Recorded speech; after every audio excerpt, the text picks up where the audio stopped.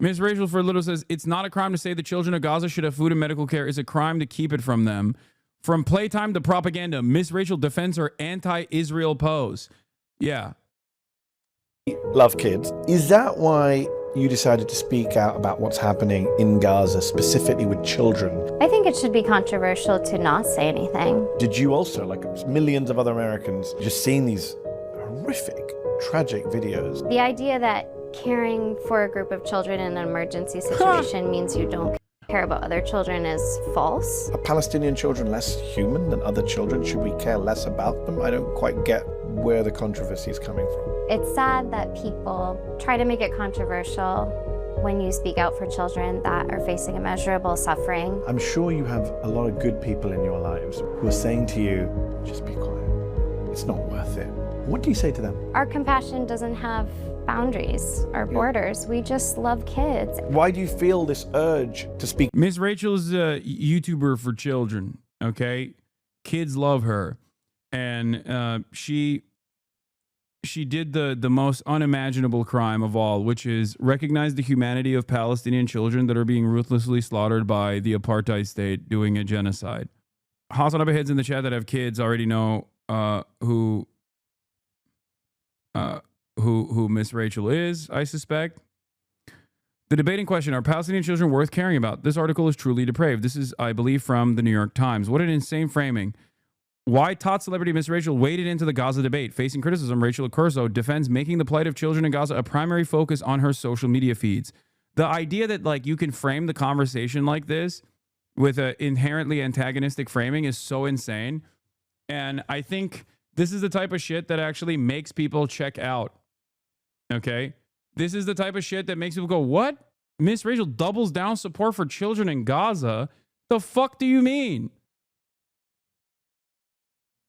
Like, this is not a double down moment. You should be...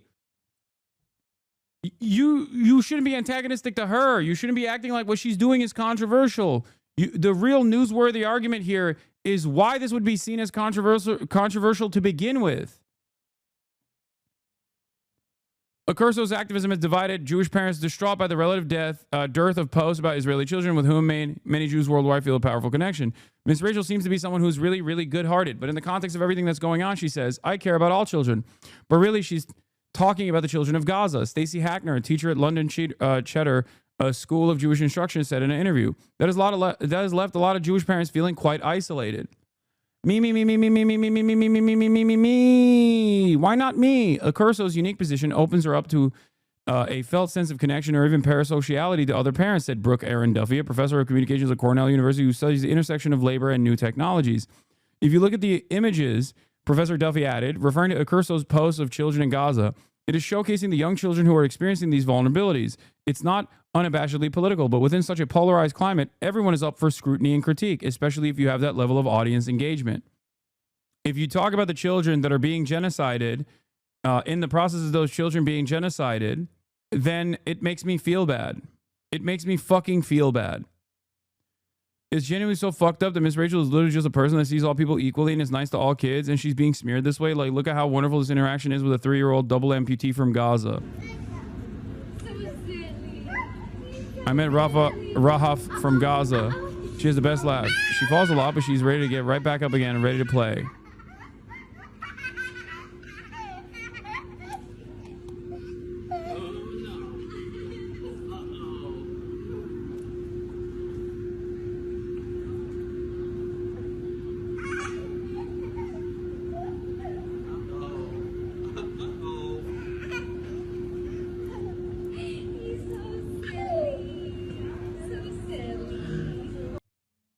Chicago Jewish Alliance, who also was one of the organizations that protested and criticized the University of Chicago for hosting me, had this to say about Miss Rachel, just so you understand, like, what Jewish advocacy groups are actually invested in and what their mania looks like, okay? Because when you think about it, it's like, oh, Chicago Jewish Alliance, like, they're a Jewish advocacy group. They're probably normal people who care about anti-Semitism. That is the way that they are. That is the way that they are designed. Okay? But that's not what their goals are. Their goals are to vilify pro-Palestinian advocates or even people who see the humanity of Palestinians. And no matter how perfect of a victim someone might be, a child that is a double amputee, that is insane.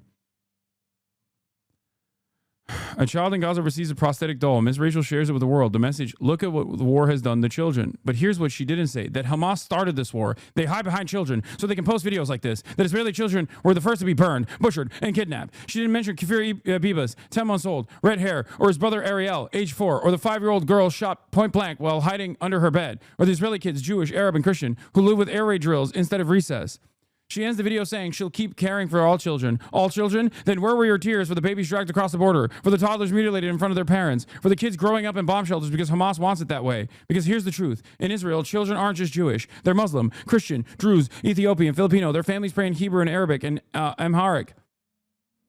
And they are being targeted not in spite of that, but because of it. So yes, we grieve Rahaf, but grieve without context is propaganda. This is just heartbreak. It's strategy. Hamas wants this imagery. It builds it. And when influencers amplify only half of the story, they play right into it. If you care about children, start with the Bibas boys. Start with October 7. October 7. October 7. October 7. Start with the truth.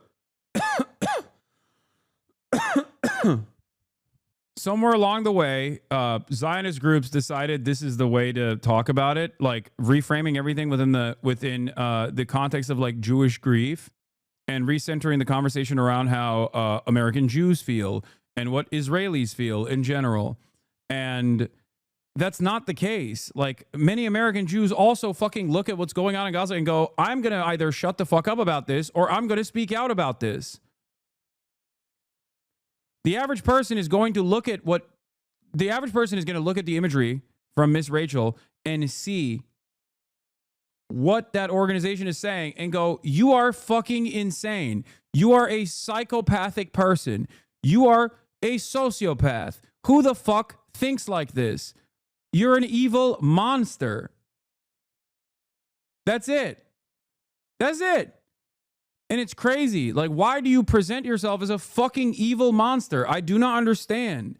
And the only way, and I'm going to tie this back to fucking slop tubers again, the only reason why you would find yourself presenting this this monstrous perspective as though it's something that will bring people to your fucking side, okay? The only reason why you think this is because you are so echo chambered that you have not even began to try and understand the perspective of others. Someone who is even 5% not on your side is immediately branded as a fucking enemy. That's it. That's it. That is how you find yourself in this unique predicament where, like, the average person looks at what you're saying and goes, oh my God, you're a fucking psycho. You are a fucking psycho. Because all of these conversations are happening within the backdrop of a live streamed Holocaust of mostly children. Ms. Rachel for Little says, it's not a crime to say the children of Gaza should have food and medical care. It's a crime to keep it from them. From playtime to propaganda, Ms. Rachel defends her anti-Israel pose. Yeah. I mean, fuck Israel. Like, what do you mean? Israel can suck my dick. Like, what the fuck? You can say this about every country. You can say this about America. You can say this about Saudi Arabia. You can say this about Iran. You say this about China. Say this about Russia. Fuck it. You can say it about Ukraine, but God forbid you say it about fucking Israel doing a goddamn genocide. Oh my God. You are positioning Israel as being anti-children when someone comes out and says they're pro-children, and you immediately go, look, when someone comes out and says, I'm pro-children, I think children should survive, and you immediately go, wow, well, this person sure seems to be anti-Israel. Well, now you've revealed that Israel is anti-children. You're doing that. If you go after people that are humanizing Palestinian children, like I am, a much better target for criticism by Zionist groups, because I do talk about the context and the nuance and the history of why militant resistance against unjustifiable things such as genocide and apartheid exist. Okay, but when you're coming after someone who's like, I'm pro all children surviving, you You basically present yourself as a fucking villain, dude. Like a comic book villain, not even like a expertly crafted villain. Like if someone were to talk like this in a fucking comic book, you'd be like, well, this is not a very well-written villain at all. Like, what the fuck? No one is this black and white. What the hell? And so many of these groups, so many of the Zionist advocacy groups that masquerade as like Jewish advocacy groups have whipped themselves up into a fucking frenzy that they will never understand why Israel is a fucking pariah state. And they will never understand why the normal average person that hears them speak like this look at them and go, dude, you are a fucking villain. You are a psycho. You have primed yourself into believing that every single fucking Palestinian is an enemy, is a parasite that needs to be excised forcibly off this planet. It's the same thing as Nazi Germany. That's it. And that's why I say Israel is a Nazi Germany style country, and its actions resemble the Holocaust, and its supporters are fucking Nazis too. That's it. It's crazy. Speak out for Sudanese kids and Haitian kids, and right now, obviously, the kids who are suffering most in the world, the Gazan kids. Silence wasn't a choice for me. And I was asking if there's any way they can come here, and this wonderful woman was saying, because I was asking kind of her to, she was translating, and I said, is there any way for them to come here? And she was saying no. And she was saying they don't eat anymore on FaceTime with them. Sorry. No, it's a horrific situation. And yeah, look at this dangerous Hamas propaganda. And then the translator, I remembered she had said, like, thank you for seeing our children as human, when I had spoke out before. And so I want those little boys to have everything my little boy has. And their mom's a teacher like me. She's a math teacher. Wow. Like, if your first response to someone recognizing the humanity of Palestinian children is that you perceive her as a threat, you are a threat to humanity. Okay? You are a fucking villain. You are a bloodthirsty monster where you go, oh my God, I can't believe she cares about Palestinian children. Why doesn't she see the world from my lens? Why doesn't she see the world in the way that I do? And why doesn't she recognize that these little children are actually little parasites that are going to grow up to be fucking Hamas? It's all lives matter. It's literally an all lives matter argument. But in the backdrop of this is not like systematic discrimination, but something that most American black people will also recognize as infinitely worse than what is happening to contemporary black voices in the United States of America. A fucking genocide. Okay? You are literally, all lives mattering, a fucking Holocaust. You're a psycho.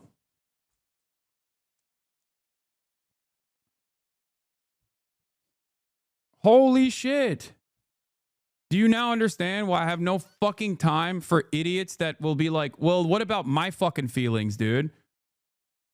What about my feelings in this? Oh, you're just using the Holocaust of children that you advocate for every single fucking day, that you advocate against every single fucking day as a way to shield yourself from criticism. It's like, no, dude, I'm criticizing you. I'm criticizing what your approach is.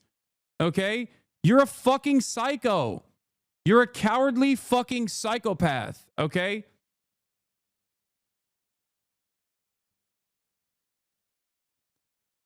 Anyway, here's the funnier version of like the Israel Defense Brigade.